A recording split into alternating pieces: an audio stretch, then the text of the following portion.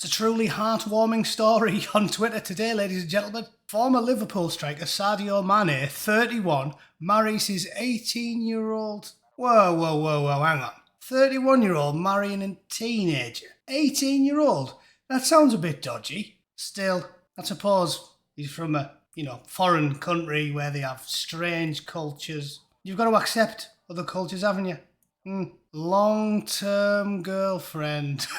After years of paying her bills while she was at school. Filthy bastard.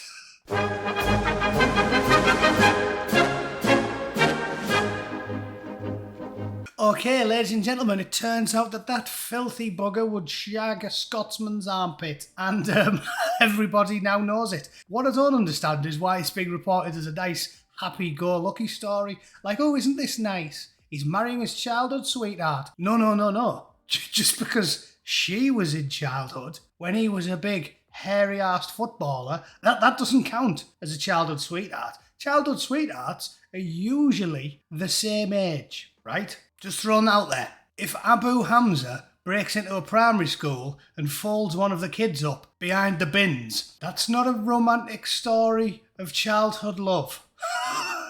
It's very different depending upon the age of one half of that equation. And just to call out anyone who's going to have a pop in the comments, you all know me, I'm a socially liberal, agnostic chap, right? I've got no problem with slightly peculiar sexual proclivities. If grown-ups want to go to gay discos, lube up and fling themselves around the dance floor, yeah, do a bit of daisy chaining, that's all fine by me. And if two young people start shagging each other, even that, right? As long as they're educated, right? As long as the parents have said, you know about the birds and the bees, don't you? I don't think it's a real problem. But when a bloke in his late 20s is mysteriously paying for fees for a schoolgirl, something's seriously amiss there. So I want to know why the Daily Mail thinks it's brilliant when, well, they print this shite. Ex-Liverpool striker Sadio Mane has married his 18-year-old girlfriend in a private ceremony in Senegal. I've been to Senegal, unfortunately. Went when I was serving with 40 Commando.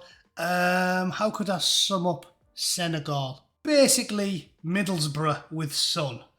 Right? If you bulldoze Middlesbrough, drop 50,000 metric tons of hot sand and a goat on it, that's Senegal. Not a nice place. The reason they send all of the Somalians and the Senegalese and the Afghans to Middlesbrough is because they know as soon as they look out of the bus station window, they will be begging the Home Secretary to ship them back. The wedding is believed to have taken place on January 7th, an area in the capital city of Dakar, 6 days before the start of the Africa Cup of Nations on January 13th. The event was set to be attended by family, friends and fellow paedophiles. Sorry, footballers. A slip of the tongue. I would, of course, not insert that word unless I was talking about politicians, everyone in the House of Lords, and BBC journalists. So, sorry, slip of the tongue. Reports claim Aisha was long intended for the 31-year-old since their teenage years, though it is not known exactly how long they've been dating. The legal age in Senegal is 16. It's also reported by Pulse Sports that the former Liverpool star had taken care of her bills when she was in school. Yeah, he bought her a Paw Patrol packed lunchbox, the entire range of Bratz dolls, and an interactive robot guinea pig. She was the talk of the town. Looking at that picture, I think the next thing he wants to buy her is some major dental work. I mean, I know it's childish to pick on somebody's looks, but I mean, come on. You can afford braces. She looks like she could chew through the Chinese phone book in about 3 seconds.